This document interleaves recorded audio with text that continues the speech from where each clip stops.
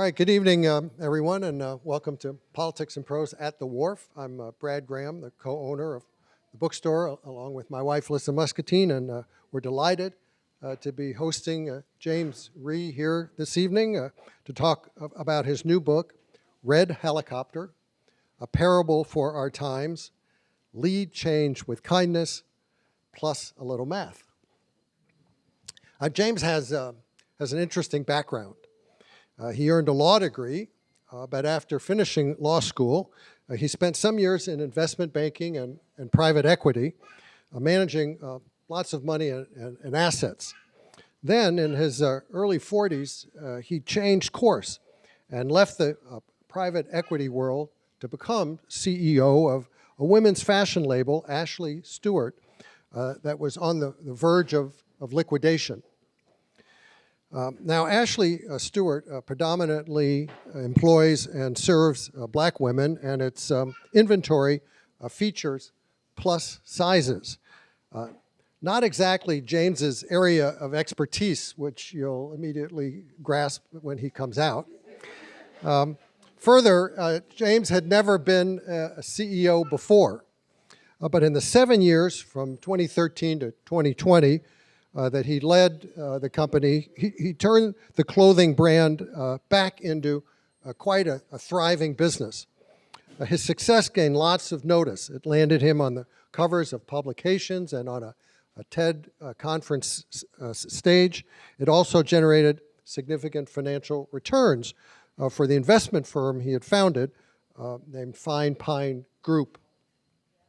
Nowadays, James spends part of his time teaching and lecturing about how to manage at places like Howard, MIT, and Duke universities. He also spends time, maybe a little more than the majority of his time, on private investment projects. In Red Helicopter, he tells his story and offers his thoughts on life, money, and joy, and on basic principles to live by. He's the son of parents who emigrated from Korea in the 1960s, and he recounts early on in the book a lesson in kindness that he learned as a kid. I'm sure he'll talk about it. The value of kindness, in fact, remains a central tenet for him and has been at the core of his management philosophy. The key to his own success, he maintains, has been an ability to simply put, combine kindness with math, to blend empathy with business acumen. James describes his book not as a self-help work or a business text. It's not a book of lists of things to do or not to do.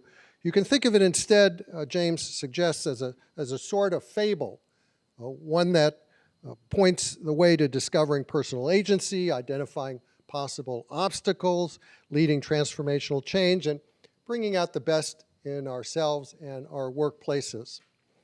Now, in conversation with James will be Debbi Jarvis, Vice President and Chief Communications Officer at Washington Gas.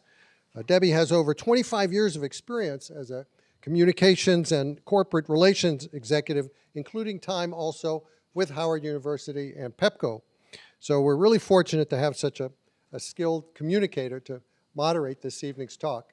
And with that, please join me in welcoming James Rhee and Debbi Jarvis.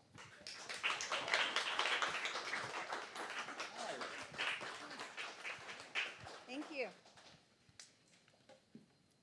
Okay. How's everybody? Good. Yay, good. Okay, so I'm Debbi Jarvis, and he's James Rhee. You're supposed to laugh. That was a joke. Okay, get you guys going here. So I wanted to come out and first ask, what do lemonade stands, hedgehogs, kindness, Wi-Fi, misfit toys, and math all have in common?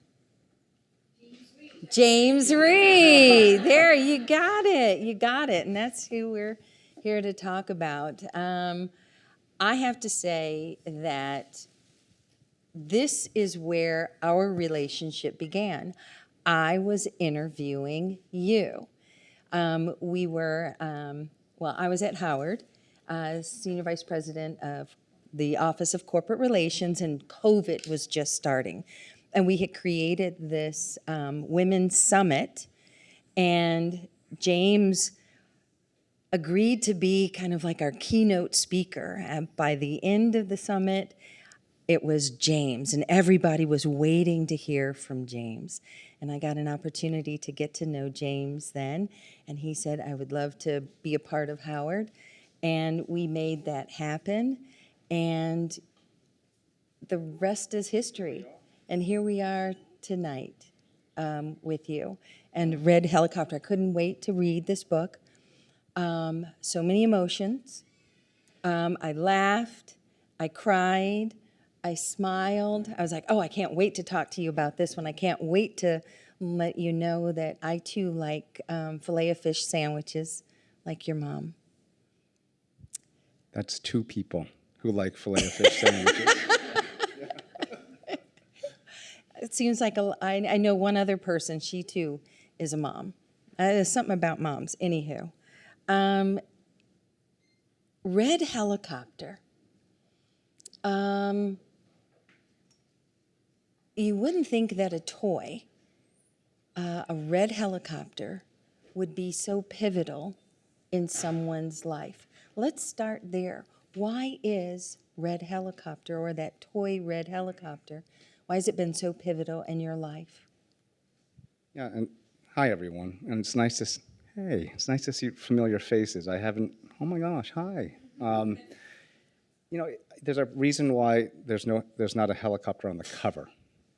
It's meant to be, you have your own red helicopter. It's metaphoric. For me, it was literally a red helicopter. It symbolizes just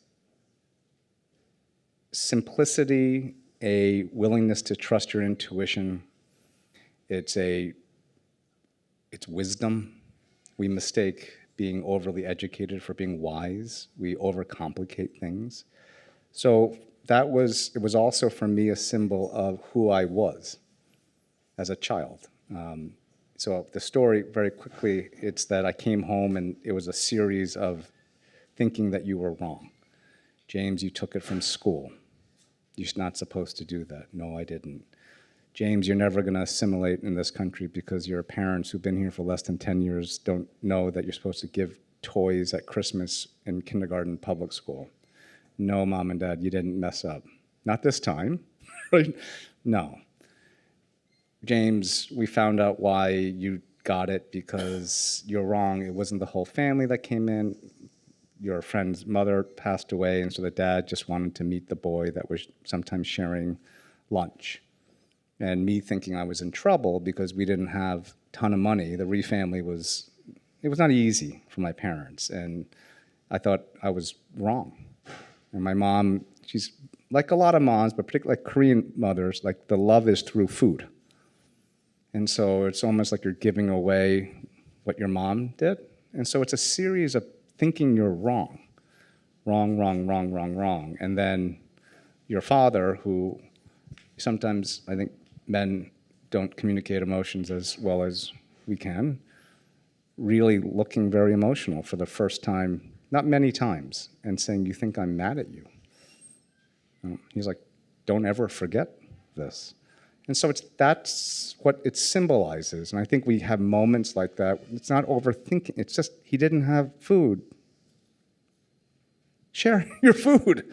It was not a very complicated conversation. And so that's what Red Helicopter means on a metaphoric basis. And I'm asking people, is it as simple as kindness in math? Can we start there again? Yeah.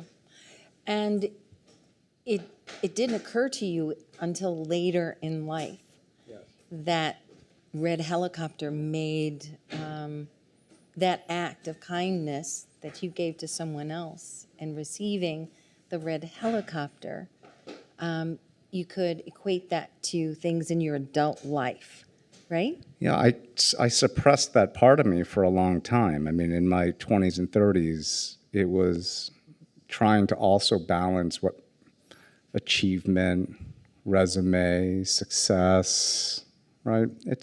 We try to do both, work, life, all of these things. And I suppressed it. And I was like, what a dumb story. Like, how naive is that? Like, and it was also embarrassing because it was also thinking about how difficult, when I look back, my mom and dad's life was. I mean, I was the first native speaking English person in our family. I had to figure out everything first. And a lot of it's not a race thing. It's like it was more of a, like a lot of my Howard students are figuring things out by themselves. And it's like you don't have a parent to talk to about what's going on. I was reminded of it during a pivotal time in my 40s, which the book tracks sort of my decision to do what I did with a company called Ashley Stewart. I was reminded of it because of the way I was treated and received by predominantly black women across this country. When I walked into the stores, and there couldn't have been a more unlikely person to walk in, and the way I was received, that feeling. Yeah. You know that feeling that you have when it's like, oh, they were very generous with me. And I just remembered, I'm like, what am I doing? And my dad was dying at the same time. You think about life and you're like, what am I doing?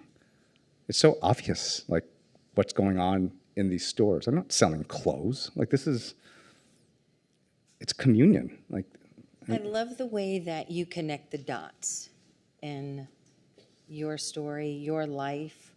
And then there's a lesson in here as well about not only the kindness piece, but the financial, what is it? What do you say? You're about spreadsheet or income statement? Oh. Yeah, the book is not linear. Surprise, surprise, right? Like it's sort of like this. That's why my line of questioning is all It's really over the immersive, place. and part of it is a statement about the way we are thinking about our lives right now. Like our life and solutions are not linear. They're not binary. There are too many, no offense, other books. Here are the 5 things you have to do to be successful. And the tone generally is like, you're not good. I'm going to teach you the 5 things you need to know. Do them in this order. It's just not, I don't think that's reality. The tone of this book is much more like, you know what the answer is already. You do. And here's permission to sort of do it.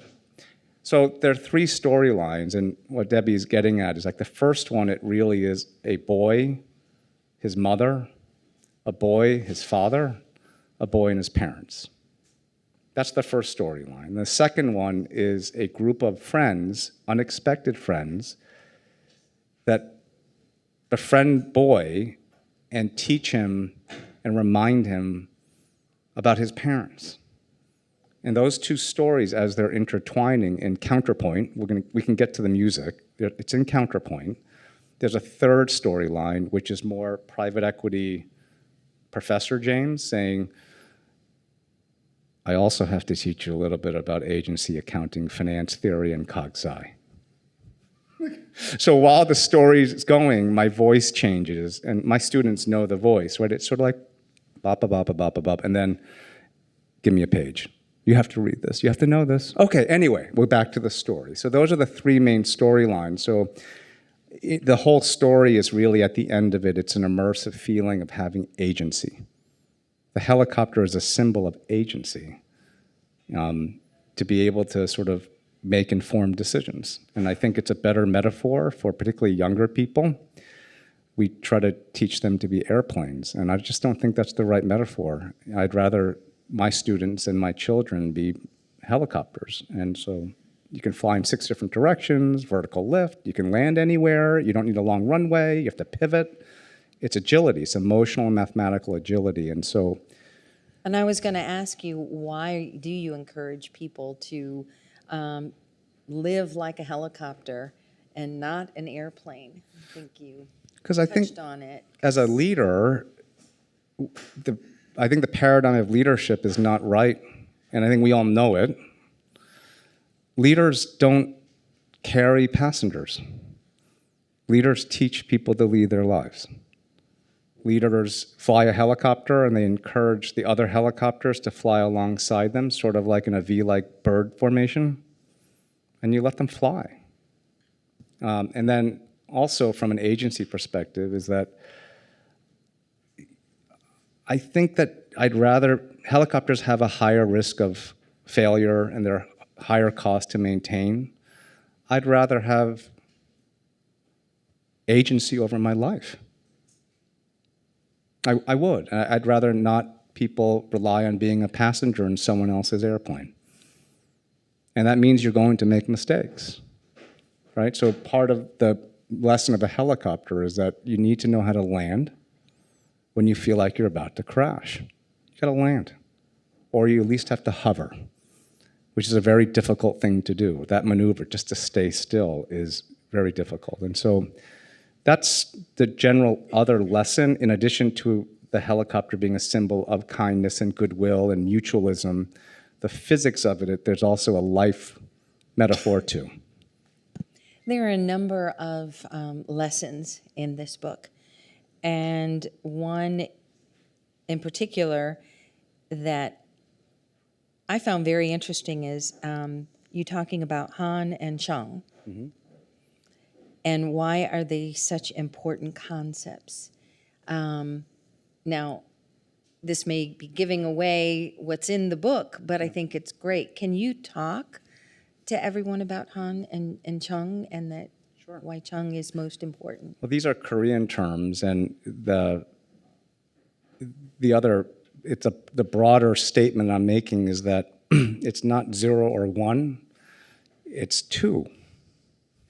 Like, life is ambiguous. Decisions are ambiguous. For me, the only things that are tautologically true, it's kindness and math. That's why I write about kindness and math. They're correct, always.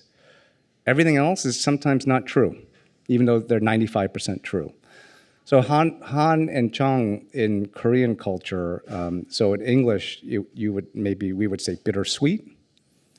It's oxymorons, and or it's this person cheering entrepreneurship at Howard University. Makes complete sense to me, and I think my students, but why not? So Han in Korean is basically epigenetic generational trauma. It's this feeling of just unrelenting, like you're drowning.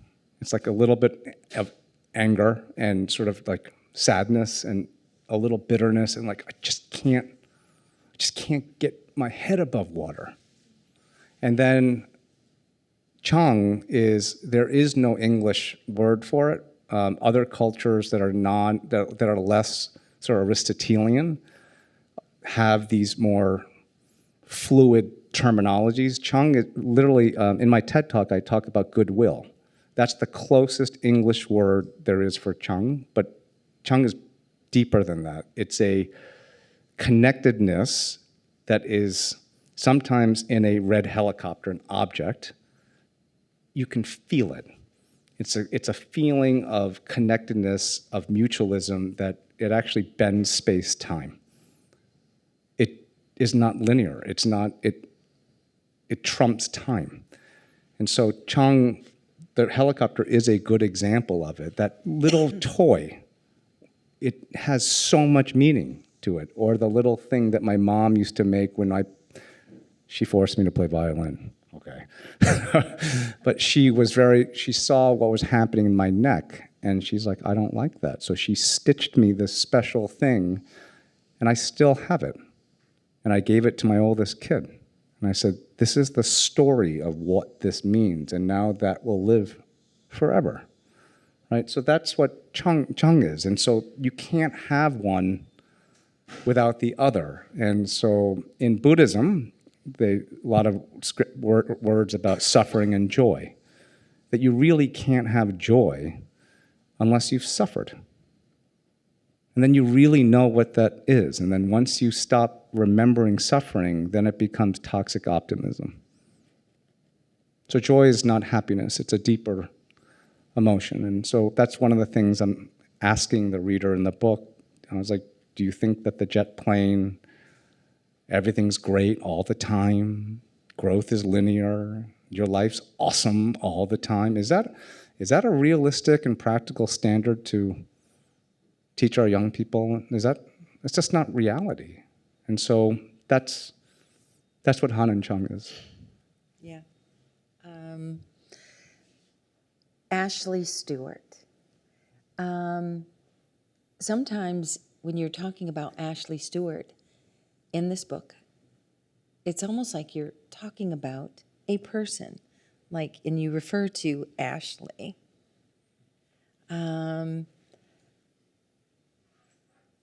Everything that we've just discussed, Ashley Stewart and your leadership there and your involvement, it all comes out in what you did in those 7 years there with the women, the clothes, the everything. It meant the world to you and the women there.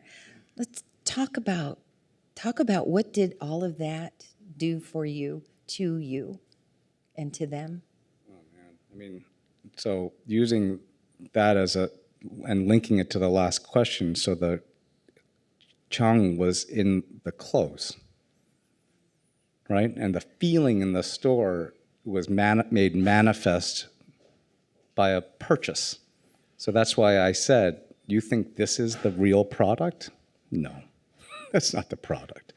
So that was Chong in the store. I felt it. And Ashley, yeah, I thought of this person as these were real people. And they reminded me of, guess who? My mom. It's the same woman, does everything, takes care of everybody, gets no credit, asks for no credit. All her contributions are not measured by standard GDP and economic and theory. Right? All the positive externalities that women create, not measured. And any business school curriculum, not measured. And particularly these women, right? And also my mom. And so it was that, and that wasn't an immediate aha, like day one. It was a growing why am I so...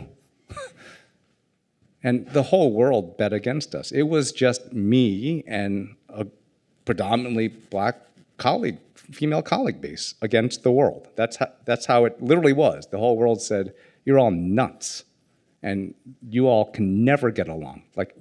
No way. And I just said, oh, okay, we'll see. And so in the end of the day, what it's meant, the meaning is still unfolding. I mean, I don't want to spoil the end of the book, but you are here together right now. When I was asked to be the Johnson Chair of Entrepreneurship at Howard University, I was in a state of mild depression. My mother had been just stolen from me in 3 weeks, diagnosis to death, 3 weeks. And the women at Ashley said to me, they knew, they're like, we died today too, James. We know.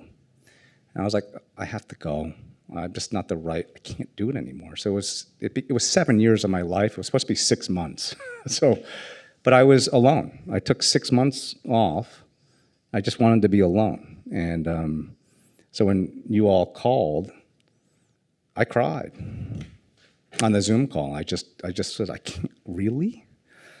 And so that's what it meant. And then what Debbi said to me afterwards, when I talked to her after without Dr. Frederick, I said, are you sure? And then she said, no. We could see it in the faces of the women you worked with. It's not what you said, it's what they said. And that's in the book.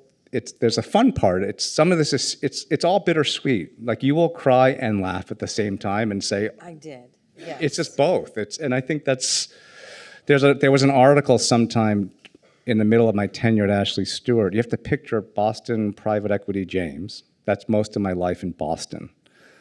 The Boston print edition of the Globe said, James has the heart of a black woman. And that's Black woman in disguise, folks. A black woman in disguise. That's the reaction. And so you can imagine the phone calls and emails I got from my predominantly male, whiter, HBS. They're like, James, what does this mean? And I talk about it, and literally it was sort of a very hesitant, and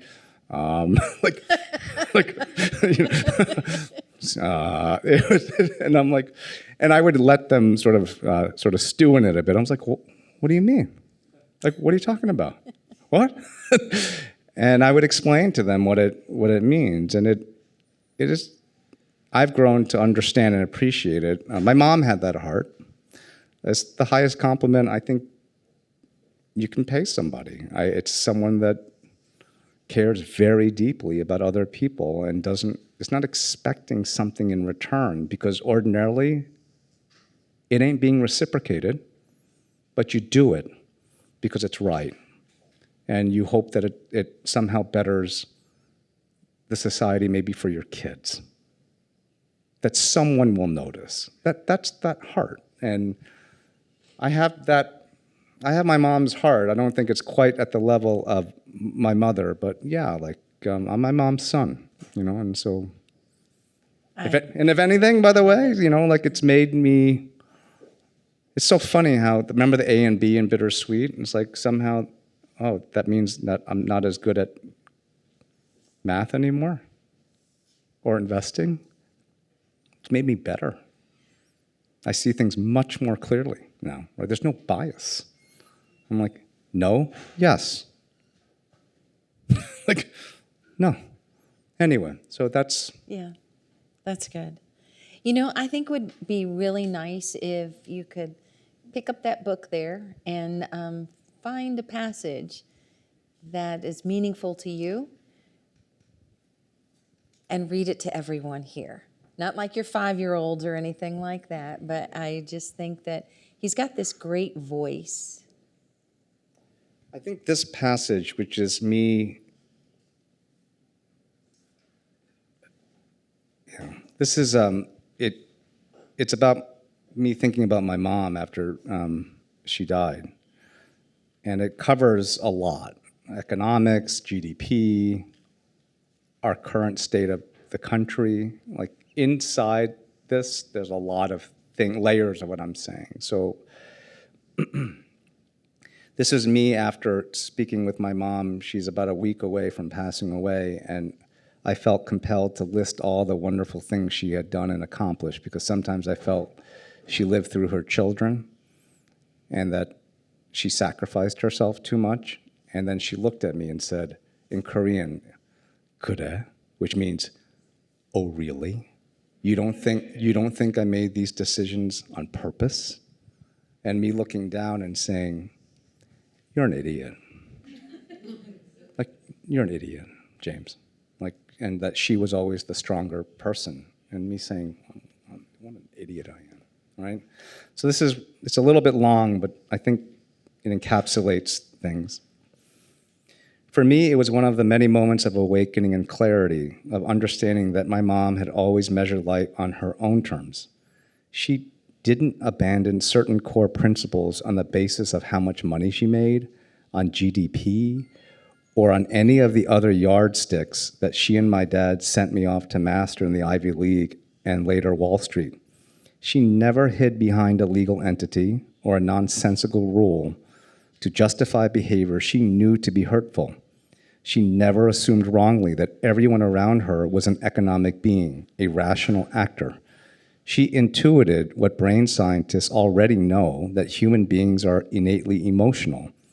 And she measured her life in the way that all of us intuitively know we should, on the how. She never once stopped being the lady who handed tall glasses of icy water to the lawn crew and passed out full-size candy bars to the local kids on Halloween. Those gestures were small, but they added up over the years, and in their consistency over a lifetime, they grew in weight. She didn't need to make a splashy monetary gift to create lasting value and secure her legacy. She didn't need fancy degrees in law and business to act like an owner, be a good friend, be a good mentor. Her life created so much value. I'm pretty sure that not one investment banking training manual or neoclassical economics textbook would agree with me on this, but they're wrong.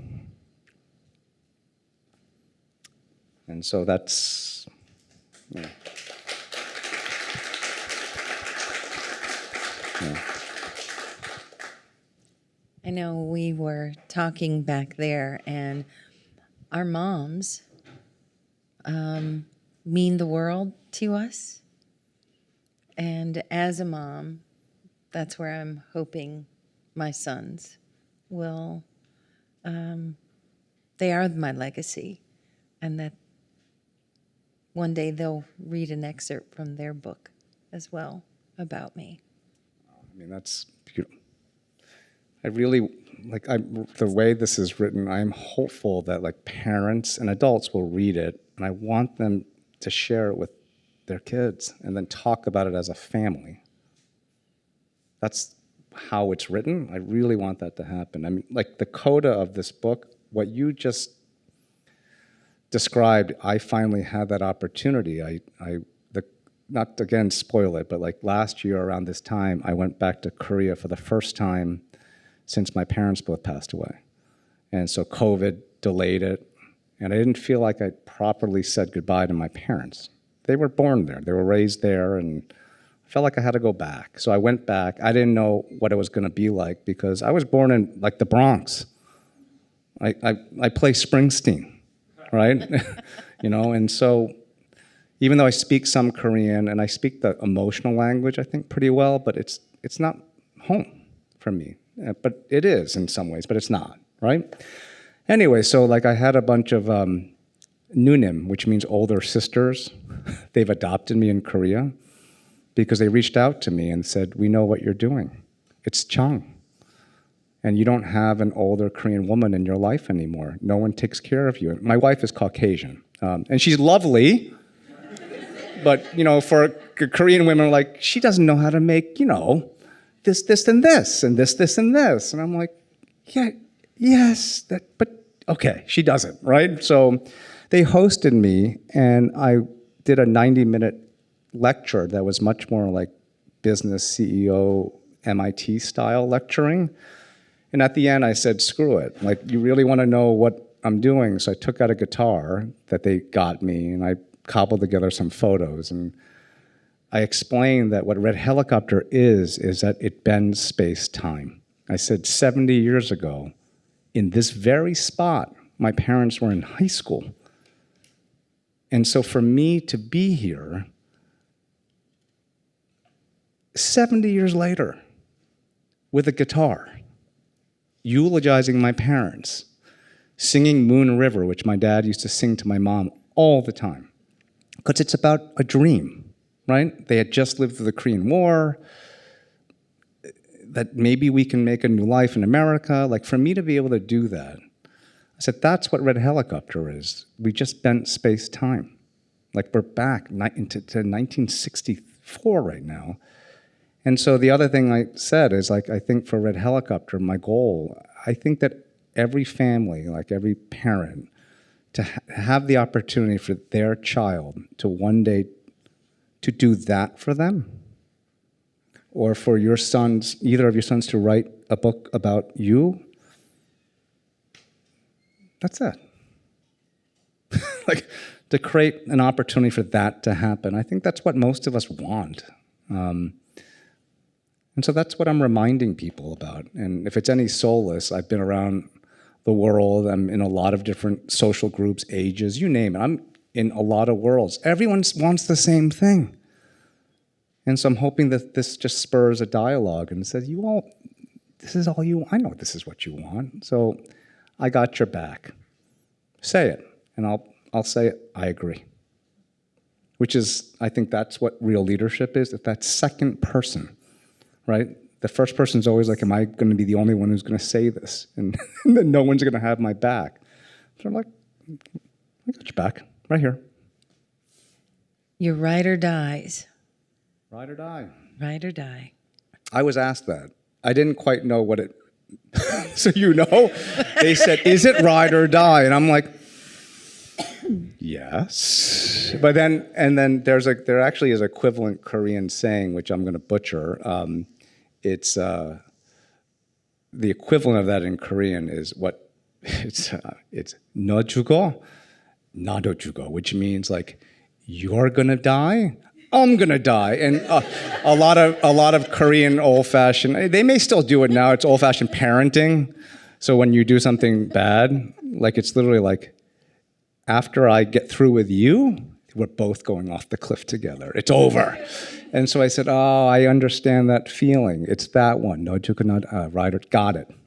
Yes, ride or die. Like, I'm in. So. Wonderful, wonderful.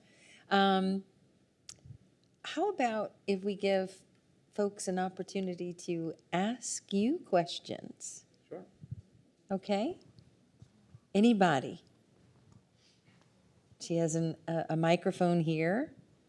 I'll break the silence. Hold on just a second. We'll get this microphone your way.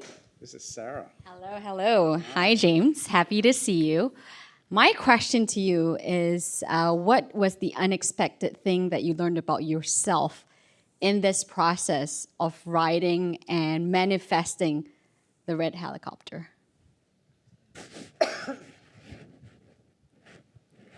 I'm 53 now, and so when I made that big change in my life, I was 43.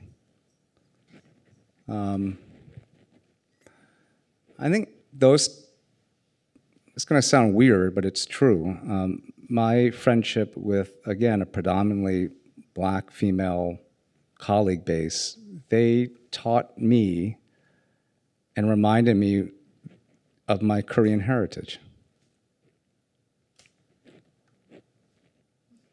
It's kind of what happened. I mean, that's one thing.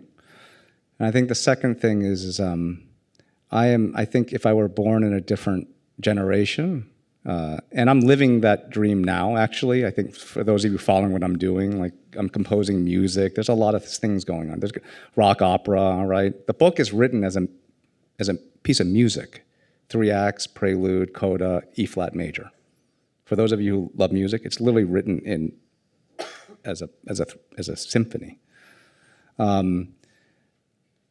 I've learned I interact with the world and receive the world as a musician. I think I am a musician. I hear people, and I'm always like, oh, that doesn't sound like you. I can tell that you're more of a D major clarinet. You don't have to pretend to be F major French horn with me. You're good. Do you hear music in color? I hear, yes, I hear music in emotion. Like I can, Called synesthesia. Yeah. And I could see people and hear them really clearly. I think when you're younger, people don't love it because it's like, But as you get older, all of a sudden it's wiser. But I see people very clearly, and sometimes people are uncomfortable with it. And I've gotten better as a grown-up to create an environment where they can really feel safe about it. I'm like, I'm not judging you, but I can hear it, like, you're good. And then I finally found my voice for real. You know this, Sarah. Like, I'm like, it's like, on the one hand, Moon River and classical, but like, I'm a Springsteen guy. Like, this is an anthem, with like rasp, electric guitar. I'm going. And I'm like, you want to come or not? Get on the bike or not? Like, let's go. And so I even wore a leather jacket. I bought a leather jacket last year. I've never worn a leather jacket. And so I wore one, for one of the photo shoots. And like, it's been interesting. The reaction was like, oh yeah, leather jacket. So that's that part of me. It's there. But I don't think that's what real leadership is. I think leadership is really, it's quiet. It allows other people to sing. And you just create the environment so they can sing. And I think that's really what I'm doing right now, is creating an environment for people to sing. Good, good, good. Any other questions? Yes. Another Hi, James. friend. That's Catherine Allen, and I would love for you to share what message you hope your book has for the business world today. So Debbie asked about so I teach the middle chapter is about balance, soul, work, life, and I teach accounting and org theory through a lemonade stand in chapter 5. My students go through this, and so I always tell CEOs that I work with, I was like, if you can't balance the balance sheet of a lemonade stand, like, why would I invest in your company? Like, you don't know the deconstructed principles, and here. So it's the reason why it's also a handy-dandy sort of metaphor is when you are 10, a lemonade stand is a business that is operating in a non-binary way. It's both work and society at the same time. It's real money. And you're paying $1 for, like, crap, right? You're not paying for the lemonade. Like, it's crap, right? The kids' fingers, right? It's like the crap. It's crap. You're doing something else, right? You are doing something else. And a lemonade stand properly reflects positive and negative externalities. If you're a kid that has not created any positive externalities in your neighborhood, no one's buying your lemonade. It's not going to happen. Or if you're a kid and you destroy, you litter the neighborhood after your lemonade stand, you pollute, you yell at the older people and say, or you swindle them, those negative externalities, they appear on your balance sheet. You're gonna pay for them. And so I asked, hypothetically, I said, when we grow up, we have this perspective that you go into this world called work, and at work, you can do anything you want. You can be a bully, you can pollute, you can deceive people, you can take advantage of people, and we sort of say, at work, that's okay. And then you come home and say, I'm gonna read my kid this beautiful story about ethics and kindness. That's what the book is asking people. I'm like, do you wonder why you have some cognitive dissonance? Why work is, at least before the pandemic, was like the 5th leading cause of death? I don't understand. And so for me, I'm trying to live a one life. Whether you like me or not, I am the same person inside that classroom.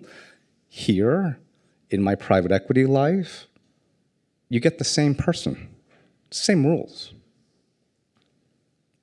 That's the message to business community. And by the way, I want to add one thing. When you create positive externalities, which is goodwill or Chong, if you do it well and like earnestly over time, longitudinally, not like the way we live today, like what do you have for me now? Over a long period of time, do you get rewarded financially? Yes. Ashley Stewart,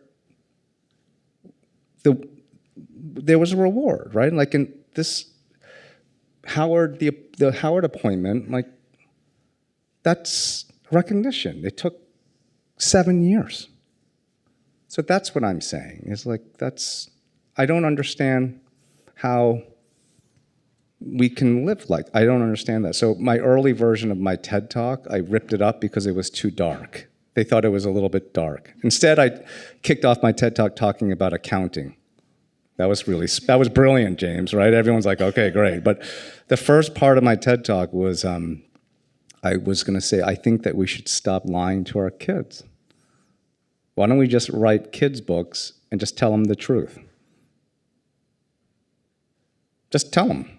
Like, let's not delude them. Maybe if we tell them that they're gonna behave a certain way at work, let's make the kids' book honest and say, this is the type of behavior that gets rewarded. And so, in my convoluted sort of funny thinking, people will be happier at work one day because they'll expect to be miserable. And then we laughed, and then we all decided, oh, maybe that's a little bit, maybe that's better off in like the Jon Stewart show, not on the TED Talk. But I mean it. And so the book has not that tone, but underlying some of the innocence of hedgehogs and red helicopters. Am I saying that? Yes, I'm saying that. I am. And I'm asking people, I was like, I know you don't like it either. So if one person does it and says, let's not do that, could you perhaps be that second person that says, I agree? It's that second person. It's so critical, right? That's the courage. It's the agreeer. Transparency. Thank you for. We had lunch about 2 months. Like, did I do that justice? No, it's being recorded. Being recorded. Ha ha. Be careful what you wish for. It is kind of funny, right? Like, if we make them miserable they'll be less miserable at work. I think that's funny. It's sort of funny, right? In a not ha-ha way, but sort of. He's getting thumbs up from his students, yeah. I believe you had a question at one point. Did I? No, I was looking at you. I'm wrong. Nope. Okay. Okay, hi, my name is Ann. I really like your conversation about authentic leadership. Many of us kind of put on our mask as we go into the workplace. And so my real question is about Howard, because Howard is so near and dear to my heart. So what have you learned? What's been HU? You know. Thank you. So I did HU, you know, and I also did Duke. But what is the greatest lesson that you've learned at Howard about yourself? And what will you do with that lesson that you've learned? Well, I'm going to spoil part of the book. This is I have a way of doing, I always tell a story to answer a question if you haven't noticed, and then there's sort of a boom. So this is what I've learned about Howard, and this, when you step on campus, you'll know this to be true for those of you who haven't been at Howard. The most important song in the history of Korea, it actually means to be Korean, right? It's hard to explain. It's just is. It's called Arirang.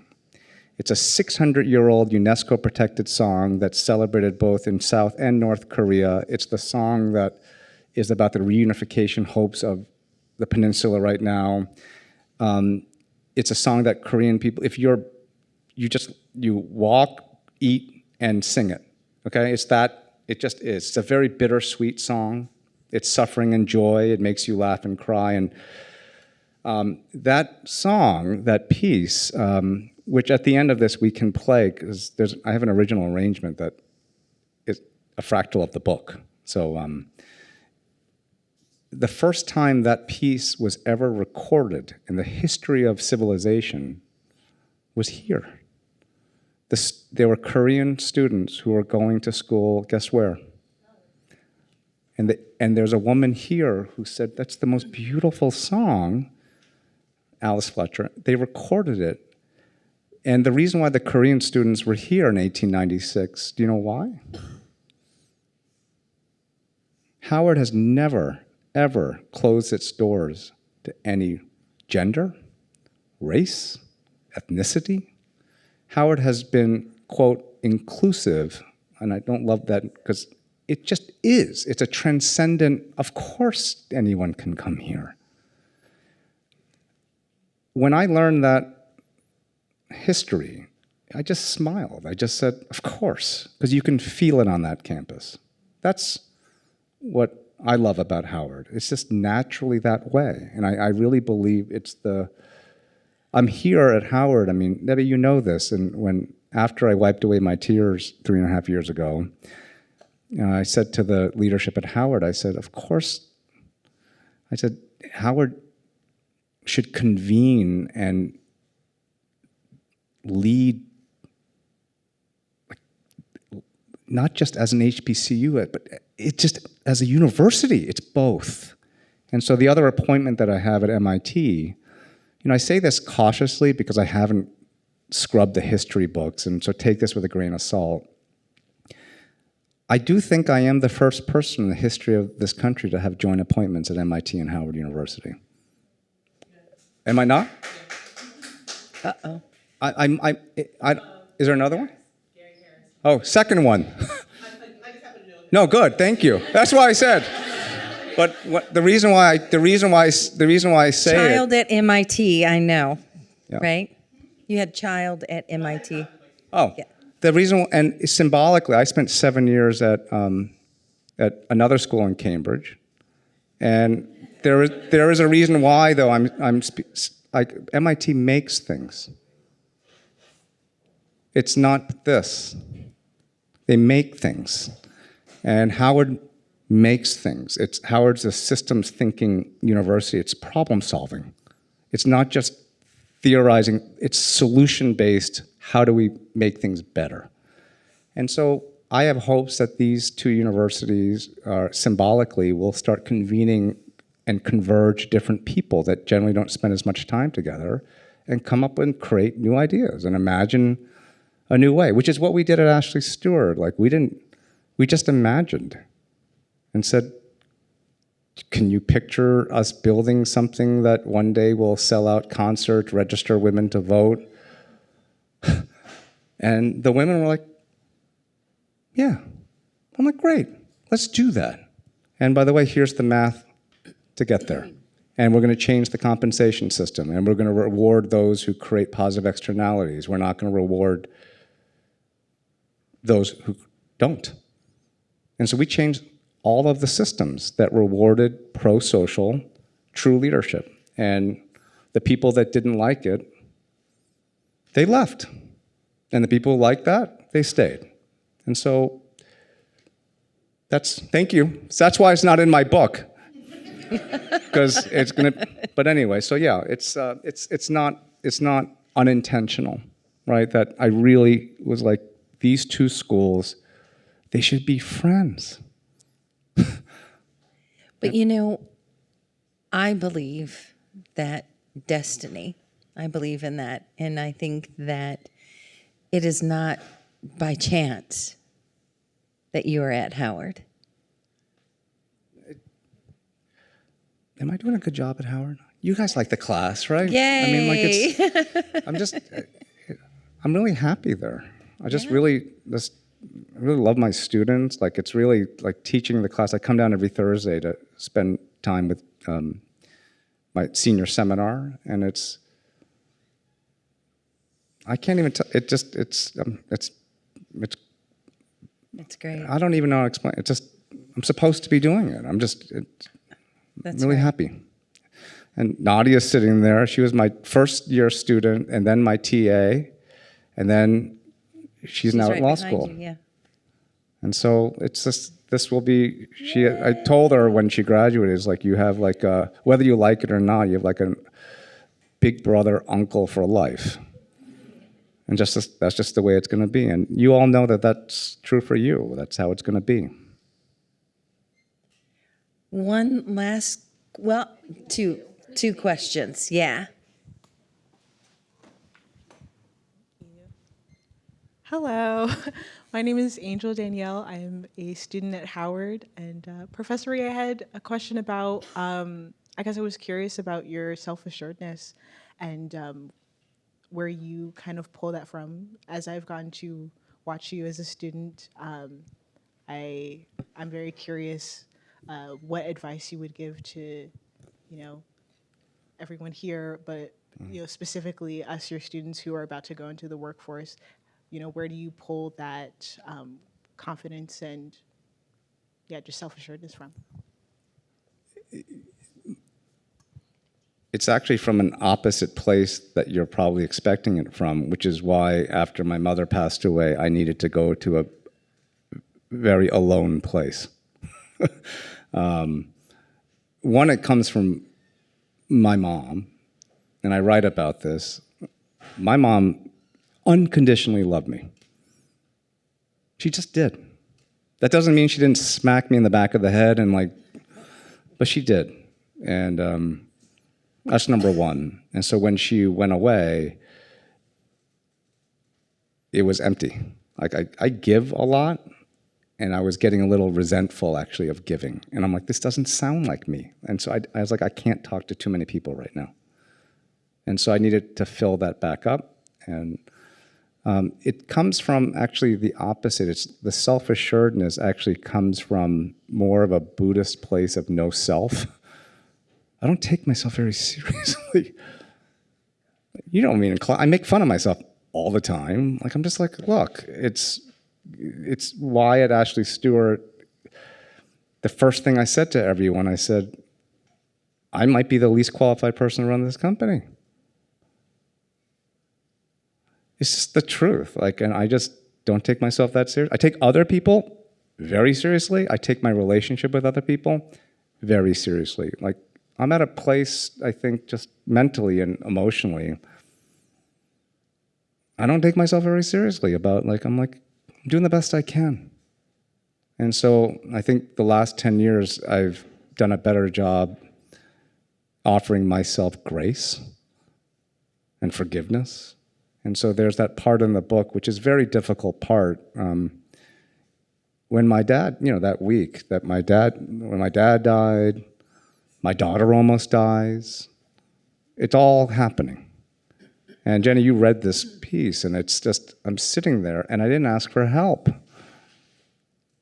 I told my assistant, do not tell anyone what's happening, because we were still in the throes of this. I didn't know if what we were going to do was working, right? So I was working 100 hours a week, away from my family, and I didn't ask for help. I told everyone I'm going on vacation. And so I didn't sleep for a week, and I'm back and forth, and I'm like sort of looking upstairs and saying, why are you doing it? Like, why are you doing this? Anyway, and so what happened is that at my dad's wake, the company disregarded my directive, and they all showed up. And the whole company came, and it was like the United Colors of Benetton, the home office. Truly, like our potlucks were the best, right? It was like we would eat, right? We ate a lot. And then I was holding it together, and this is when that question, this was the moment for me. I can identify the moment. It was a bunch of the women from like the stores came. They carpooled and they came. And when they walked in, they looked very confident, because they're like, maybe shouldn't be here, and like, anyway, they came up to my mother and they hugged my mom, and they said, hey, Mrs. Rhee, you did a pretty good job with your son. We like him. And then I started crying. That was it. Literally, that's the moment. I'm staring at this. It's the one and only time the women that I worked with every day met my mother physically. That one moment was at my dad's wake. And everything was moving in real slow motion. And I was so thrown off, I couldn't even remember my niece's name. That's where I was mentally. I'm like, what is going on here? And I just started heaving, like sobbing. And after that, I just said, that's it. That's success. That moment, success. And nothing else matters. And there's nothing anyone can do, say to, you can't hurt me. Like, we're done. Because I'll make fun of myself first. Let me do the honors. And then that's it. So that's where it comes from. It's actually opposite. It's from a weird lack of self-importance. And Buddhism, they do call it no self. It's just, and then I'll die one day, and like, that's it. And while I'm living, live, right? Let's eat, have a drink, leather jacket, music, dance. Let's live, and let's go. And let's take one more question. Hi, James. Congrats on the book. Thank you. I think I have a good sense of what you want Red Helicopter to be across society, across corporate America. I'm curious, what type of impact do you hope this makes on your own children? Can you imagine being my child? Oh my gosh. It's like, I always say to them, like, sorry, hey dad, can we do this? And I said, I have a story for you. You know? And they do this. They're like, okay, right, got it. So anyway, this doesn't get written or published unless they're supportive and they like it. So they've read it. They've been through everything. That's number one, right? And number two is, I write this in the acknowledgments. My parents used to say to me, and this is a little bit of sort of scarcity, deservedly so, understandably so, scarcity, immigrant. James, there's only the 5 of us in this entire country. That's it. So one of us goes down, no one's coming to help. It's over. So my mom almost died younger. There's a lot of things, and we constantly lived in that thing. And so for my children and for everybody, I hope, because it is a parable for a reason. Like, I hope you see yourself and your children and in the characters in here. It's written that way. As my children, I wrote in the back, you should be 100% confident it's not just the 5 of us, and you have a lot of people who love you. And they will have this forever, like long after I'm gone and my wife's gone. And they're watching yesterday. They watched, and there was a lot of love that poured out yesterday in support of this. And they saw it. And, I said, Daddy asked for help. And don't be afraid to ask for help, because if people don't want to help you, if they make you feel small for asking for help, then that's not a relationship you want on your balance sheet. Get rid of it.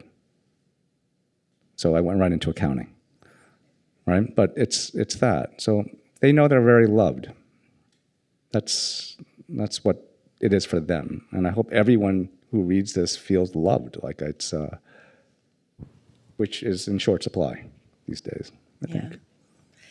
Well, James, I think that everyone's just going to run out of here and they're going to read the book. Do we have time to play? Can I play the 2-minute piece? Yeah, we can try and figure it out on our. Oh, you just want to put it on the microphone? Oh, there you go. It's an appropriate ending to all of this. Some of you have heard it before. I apologize if you have, but I just want to play this for you. This is the entire book in 2 minutes. And you will hear the arc of the story. You'll hear death. You're going to hear friends coming to help. You're going to hear it sort of peak into counterpoint at the end. You're going to hear 2 cultures come together to create something beautiful. That's what you're going to hear in these 2 minutes. And you're going to hear me have weakness and want to stop and quit and turn the other way. And you're going to hear my mother encouraging me, and then the women that I worked with encouraging me, okay? Like, it's all there. There's a lot more music theory behind it, but that's the story. The first piece you're going to hear is Arirang, for those of you who... The second one, I think you'll recognize it more.